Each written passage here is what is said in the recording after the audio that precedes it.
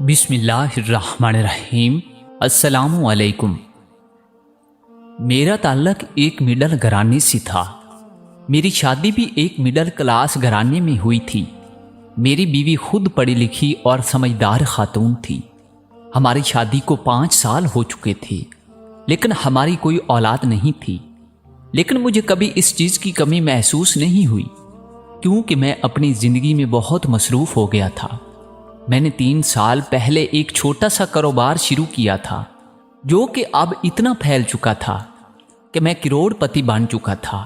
میرا شمار upper class گھرانوں میں ہونے لگا تھا، اور یہ سب بھی میری بیوی کی وجہ سے ممکن ہوا تھا، کیونکہ میری بیوی ایک سلیقہ مند خاتون تھی، اور اسی نے تھوڑے تھوڑے پیسے جمع کر کے اتنی سیونگ کر لی تھی جس سے میں کاروبار کی بنیاد رکھ سکتا۔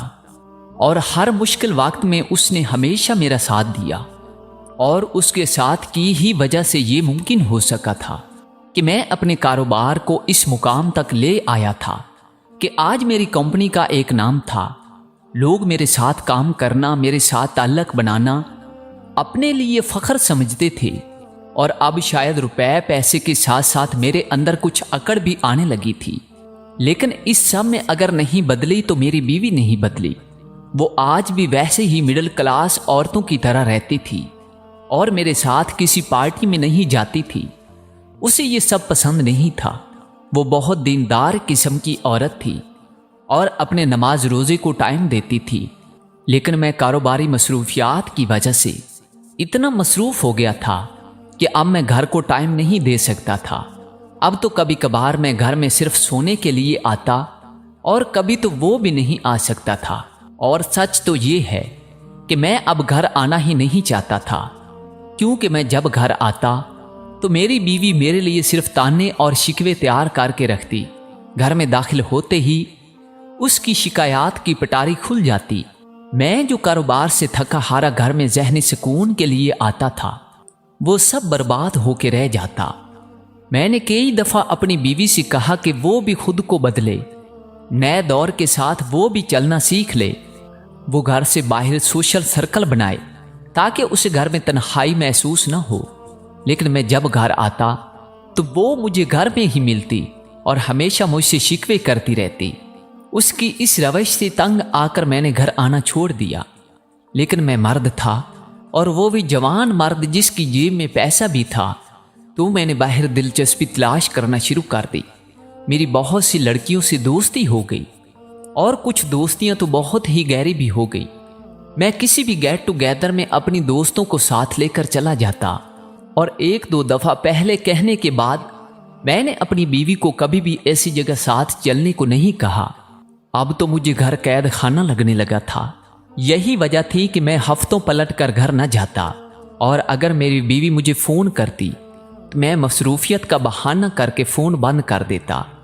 باہر کی رنگ برنگی دنیا جو کبھی مجھے خواب لگا کرتی تھی، اب وہ میرے دسترس میں تھی۔ تو پھر میں پلٹ کے گھر کیوں جاتا؟ اسی پرانی بیوی کے پاس کیوں جاتا جس کے پاس میرے لیے صرف شکوے شکایات تھے، اور پھر میرے پاس جب ہر روز ایک نئی لڑکی ہو سکتی تھی، اور میرے پاس کہنے کو سننے کو جب ہر روز ایک نیا موضوع ہو سکتا تھا، تو میں نے پھر اپنی پرانی زندگی میں بیزار ہی ہونا تھا۔ رنگ برنگی تتلیاں جیسی لڑکیاں جب میرے آگے پیچھے پھرتی تھیں اور مجھ سے پیار کا اظہار کرتی تھی، تو مجھے اپنی پرانی بیوی میں کیا دلچسپی ہوتی؟ اس سب کے دوران میں تو جیسے اپنی پرانی بیوی کو بھولتا جا رہا تھا۔ لیکن ایک دن جب میں اچانک گھر گیا تو میں نے دیکھا کہ میری بیوی تیار ہو کر بیٹھی ہے، اور سب سے بڑی بات یہ ہے کہ اس دن اس نے مجھ سے شکوے شکایات بھی نہیں کیے، اور جتنا ٹائم میں رہا اچھے طریقے سے مجھ سے بات کرتی رہی۔ میں نے اس چیز کو زیادہ سیریس نہیں لیا اور واپس آ گیا۔ لیکن وقت کے ساتھ ساتھ میں نے اپنی بیوی میں تبدیلی نوٹ کرنا شروع کر دی۔ اب وہ اکثر شاپنگ کے لیے چلی جاتی، اور اگر میں گھر آتا تو وہ مجھے گھر پہ نہ ملتی۔ فون کرنے پر یہ بتاتی کہ وہ باہر مصروف ہے۔ میں نے اس چیز پر غور نہیں کیا تھا، لیکن وقت کے ساتھ ساتھ جب اس کی مصروفیات بڑھنے لگی تو مجھے عجیب لگنے لگا، اور میری وہ بیوی جو گھر سے کبھی باہر اکیلی گئی ہی نہیں تھی، وہ اب اکیلی باہر چلی جاتی اور گاڑی تک خود ڈرائیو کر لیتی۔ اور ڈرائیور کو ساتھ نہ لے کر جاتی۔ مجھے کچھ معلوم نہیں ہوتا تھا کہ وہ کہاں جاتی ہے اور کیا کرتی ہے۔ میں نے گھر پر ایک ملازمہ رکھ دی، اور وہ ملازمہ میری جاسوس بھی کہہ سکتے ہیں۔ وہ مجھے پل پل کی خبر دیتی۔ مسئلہ یہ تھا کہ میں ایک اور لڑکی کے بارے میں سنجیدگی سے سوچ رہا تھا اور اسے اپنی زندگی میں شامل کرنا چاہتا تھا کہ وہ آج کے دور کی لڑکی تھی، میرے کندھے سے کندھا ملا کر چل سکتی تھی، اور سب سے بڑی بات کہ وہ ایک امیر کبیر خاندان سے تعلق رکھتی تھی۔ اگر میرا وہاں رشتہ ہو جاتا تو میرے کاروبار کو بہت زیادہ سہارا مل جاتا، لیکن اس کی ایک شرط تھی کہ میں پہلی بیوی کو طلاق دے دوں۔ طلاق تو میں بغیر کسی وجہ کے بھی دے سکتا تھا، لیکن اس کی دن بدن کی بڑھتی مصروفیات اور میری بیوی کے بدلتے ہوئے تیور نے مجھے سب کچھ بھلا دیا، اور میں اپنی بیوی کا راز جاننے کے چکر میں لگ گیا۔ میرے گھر نہ آنے پر مجھے بار بار کال کرتی تھی وہی بیوی، اب تو کال نہ کرنے یا پھر نہ آنے پر ایک لفظ نہ کہتی۔ مجھے لگ رہا تھا کہ شاید میری بیوی بھی کسی اور کے پیار میں پڑ گئی ہے اور وہ کسی اور کے چکر میں ہے، اور اس بات پر مجھے بہت زیادہ غصہ آتا تھا۔ اس پر شک کرنے کے چکر میں میں یہ بھول گیا تھا کہ یہ سب میں بھی تو کرتا ہوں، اور میں تو کسی دوسری لڑکی کو اپنی زندگی میں شامل کرنے کے لیے سنجیدگی سے سوچ رہا تھا۔ تو اگر میری بیوی کچھ ایسا کر رہی ہے تو اس میں غلط کیا ہے؟ ملازمہ جو میں نے اپنی بیوی پر نظر رکھنے کے لیے گھر میں رکھی تھی، اس نے مجھے بتایا کہ میری بیوی ہر روز 3 سے 4 گھنٹوں کے لیے گھر سے غائب ہو جاتی ہے، اور وہ کہاں جاتی ہے کسی کو معلوم نہیں، اور واپس آنے پر اتنی تھکی ہوئی ہوتی ہے کہ فوراً سو جاتی ہے۔ اب میں نے سوچ لیا تھا کہ میں خود اس کا پیچھا کروں گا اور دیکھوں گا کہ وہ کہاں جاتی ہے۔ ایک دن میں نے اپنے دوست کی کار لی اور میری بیوی کے جانے کے ٹائم پر اس گاڑی میں اپنی گلی کی نکڑ پر کھڑا ہو گیا۔ میں نے دیکھا کہ میری بیوی نے گھر سے اپنی گاڑی نکالی اور تیزی سے مین روڈ کی طرف لے گئی۔ میں بھی مناسب فاصلہ رکھ کر اپنی گاڑی اس کے پیچھے پیچھے لے کر جانے لگا، لیکن میری حیرت کی انتہا نہ رہی جب میری بیوی نے ایک پبلک پارکنگ میں گاڑی کھڑی کی اور اس کے بعد وہ واپس وہاں سے نہ نکلی۔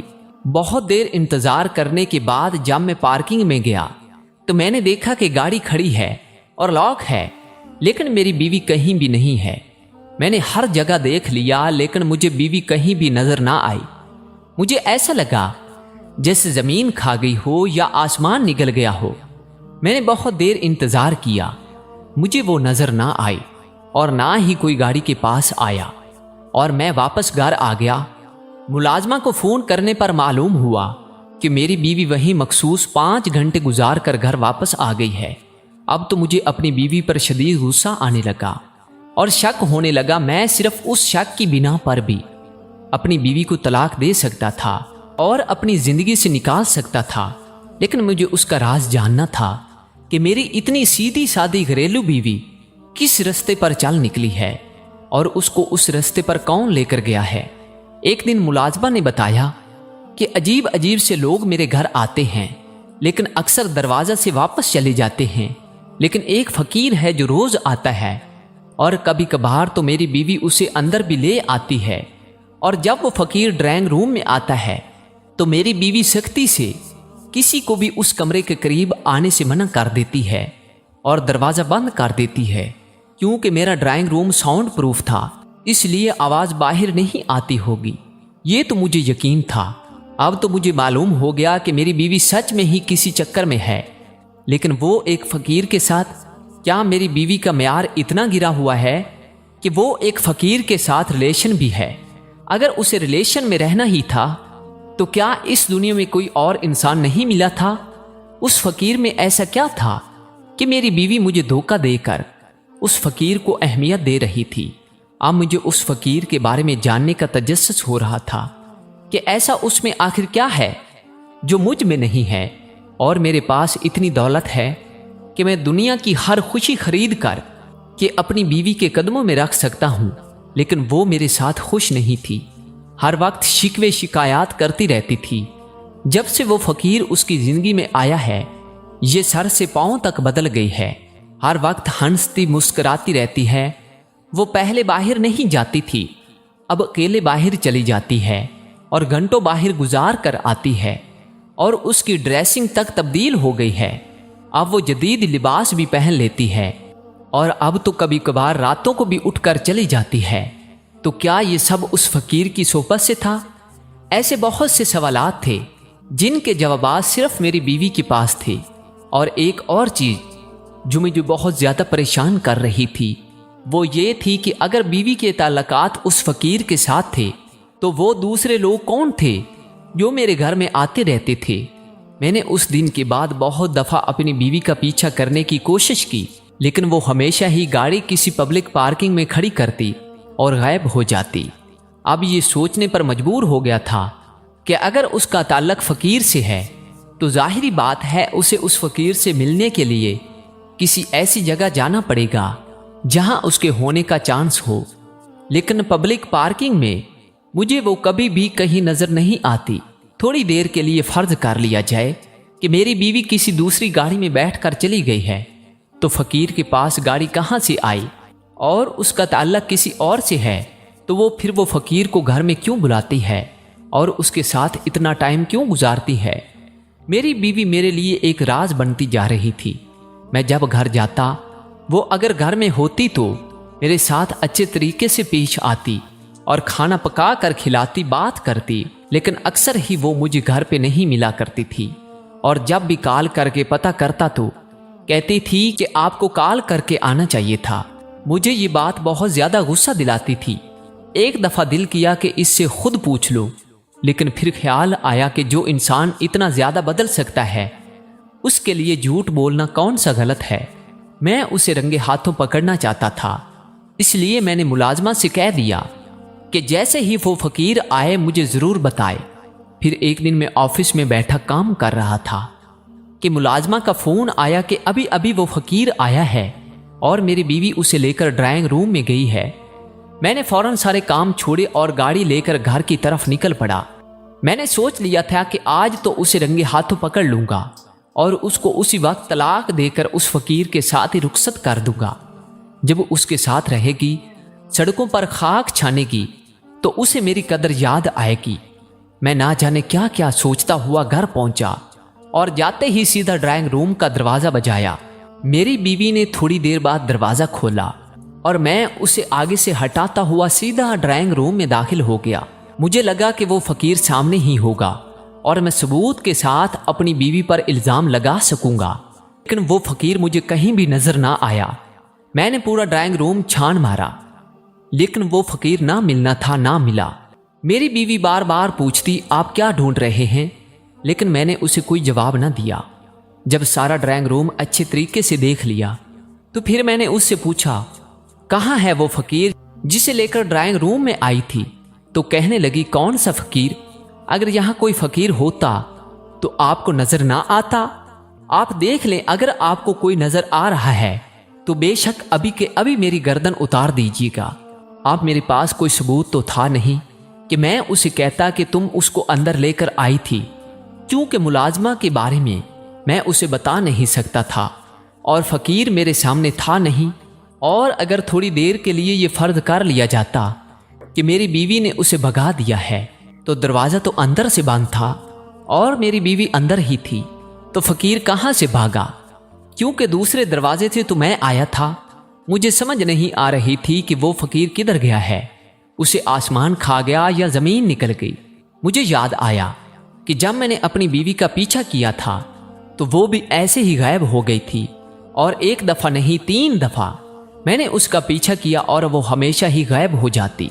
میں نے سوچا کہ لگے ہاتھوں اس سے یہ بھی پوچھ لیا جائے کہ میرے پوچھنے پر پہلے تو وہ ناراض ہوئی کہ آپ نے میرا پیچھا کیا ہی کیوں، لیکن پھر اس نے مجھے بتایا کہ وہ تو فلاں دن اس پارکنگ میں گاڑی کھڑی کر کے دوسری سائیڈ اس پلازا میں گئی تھی یا فلاں شاپنگ مال میں گئی تھی، اور جب میں نے لوکیشن چیک کی تو اس پارکنگ کے قریب ہی وہ جگہ موجود تھے جس کے بارے میں میری بیوی نے بتایا تھا۔ اب مجھے اپنے شک پر ندامت ہو رہی تھی۔ میں نے بیوی کو تو کچھ نہ کہا، لیکن باہر جا کر ملازمہ کو اسی وقت فارغ کر دیا کہ وہ مجھے غلط گائیڈ کر رہی تھی۔ میں نے بیوی سے معافی مانگی اور مطمئن ہو کر واپس اپنے آفس چلا گیا، لیکن شام کو جب واپس آیا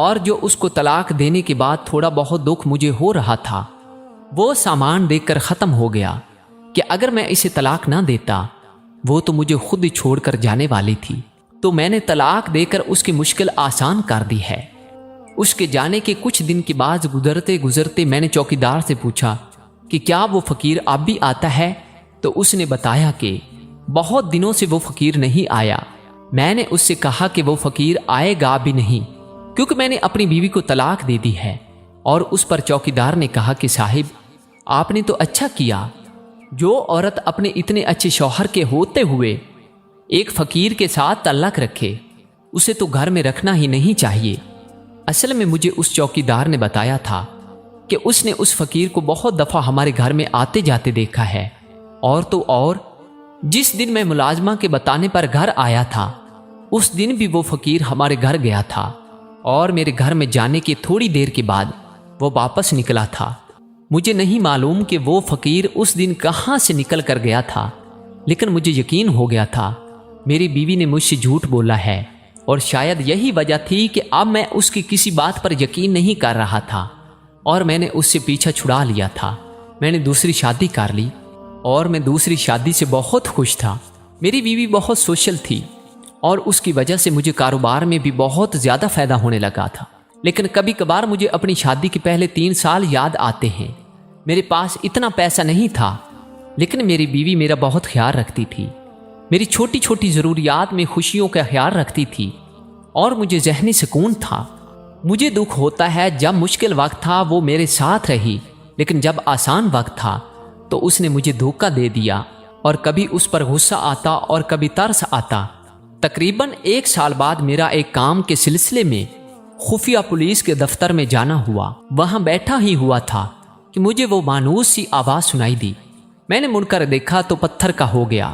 وہ کوئی اور نہیں میری سابقہ بیوی تھی، جو کسی انسپیکٹر کو کسی بات پر ڈانٹ رہی تھی۔ میں فوراً اٹھ کر اس کے پاس گیا۔ تم یہاں کیا کر رہی ہو؟ اس نے مجھے کہا کہ میں حد میں رہ کر بات کروں، کیونکہ اس وقت میں خفیہ والی سے بات کر رہا ہوں، اور وہ جو فقیر میرے گھر میں آتے تھے یا وہ دوسرے لوگ جن کی وجہ سے میں اس پر شک کرتا تھا وہ سب خفیہ پولیس کے بندے تھے، اور فقیر اس کا بھائی تھا۔ اصل میں اسے معلوم ہو گیا تھا کہ میں دوسری لڑکیوں کے چکر میں ہوں اور جلد یا دیر دوسری شادی کر لوں گا، اس لیے اس نے اپنا مستقبل مضبوط کرنے کے لیے یہ رستہ ڈھونڈ لیا۔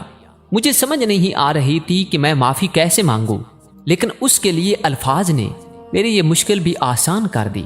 آپ کو معافی مانگنے کی ضرورت نہیں ہے، میں ماضی بھلا چکی ہوں اور اب میں حال میں جی رہی ہوں، اور مستقبل میں نے اس ملک اور قوم کے لیے وقف کر دیا ہے۔